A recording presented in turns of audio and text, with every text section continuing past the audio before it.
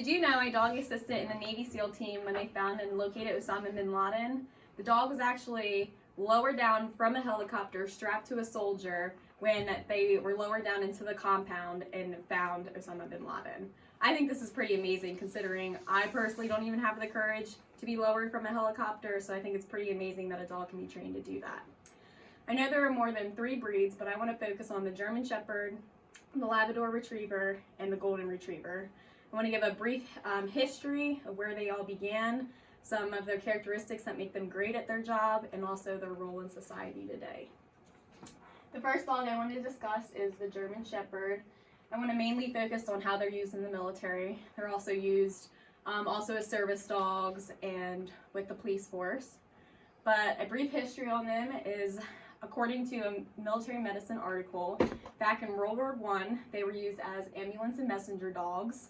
And then in World War II, they were detection dogs. I'll show a brief video to show what characteristics make them great at their job.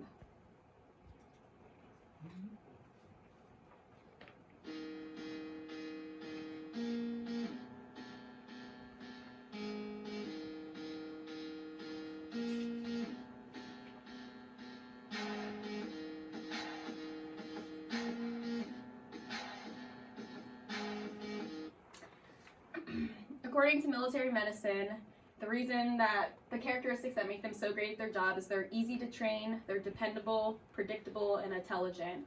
In the videos, you could see that they always had their focus on their owner, the fact that you could train them to move between your legs while you're carrying a gun. You can also shoot around them, but they're very, very intelligent. I think that's the biggest reason they're so great at this job, because they have a lot of extensive training to get to where they're at. Today, there's currently 2,500 dogs that are serving in the military, and there's about 700 deployed overseas. So that is a huge number to show how big of a role they play. They are used for bomb detection. They are used as bite dogs to be trained in combat and many other jobs. The next dog I want to discuss with you is the Labrador Retriever. I want to focus on how they're used as cadaver dogs in the working force. A cadaver dog is used to locate and follow decomposing human flesh. In an article published by Anne Ackerman, their training began in the 1970s. The first dog that was used was Pearl, who was a yellow lab. She was used in the first successful homicide investigation, which is pretty cool. So I want to show a brief video of them in action. Basically, it's just showing the dog that it can be found anywhere. They can be found in the woods, in a building. Did you find something? Good boy, good boy. And the final step is buried and in the water.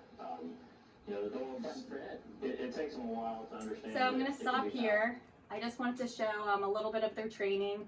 So they began training when they're a puppy. Not every dog can make it through the extensive program. But as he was showing, they'll start training with a toy. So they're taught on how to find a toy. And then it'll progress. They'll actually get parts of human remains that have been decomposing. And then they'll place them out in open fields. And they'll say, find Fred to go find the object. But I thought a really cool fact was that with their long, large noses, their sense of smell is amazing. It's about 10,000 more powerful than a human sense of smell.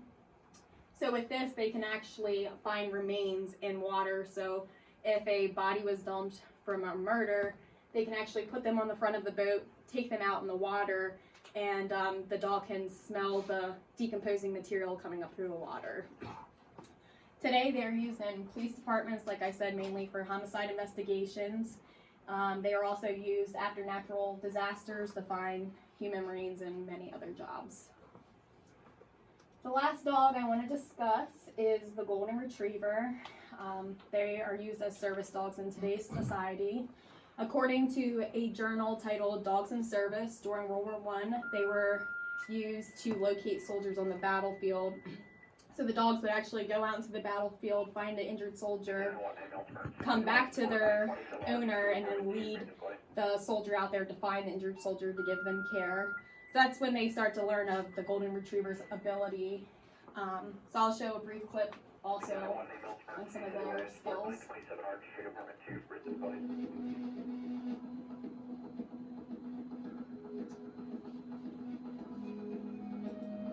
So this is just one of the skills I wanted to focus on. They are used to help individuals who have epilepsy. So you can see as she was starting to have a seizure, the dog got down to protect her head. So they were trained on that. They also have very extensive training. They start when they are a puppy.